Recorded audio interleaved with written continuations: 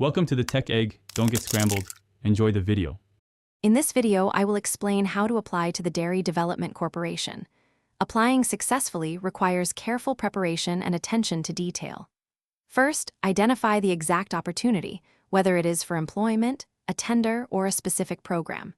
Next, ensure you have all required documents ready, such as academic certificates, identification, or business proposals. Finally, thoroughly review the application instructions to meet all criteria. Once you have identified the opportunity, the next step is to meticulously prepare your application. Begin by filling out the official application form with precise and complete information. Double-check for any errors or omissions.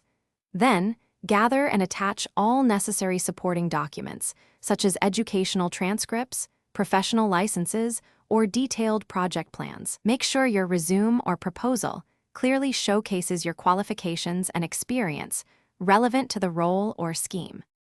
Before submitting, take ample time to thoroughly review your entire application package. Check for any typos, grammatical errors, or missing information that could hinder your chances. Ensure all attachments are correctly labeled and in the specified format.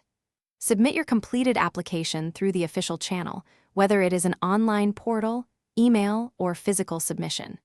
If possible, obtain a confirmation of receipt to verify successful delivery. After submission, it is important to monitor your email and other communication channels for any updates or requests for additional information. Be prepared for potential next steps, such as interviews, written examinations, or practical assessments, depending on the nature of the application. Maintain a positive and patient attitude throughout the waiting period.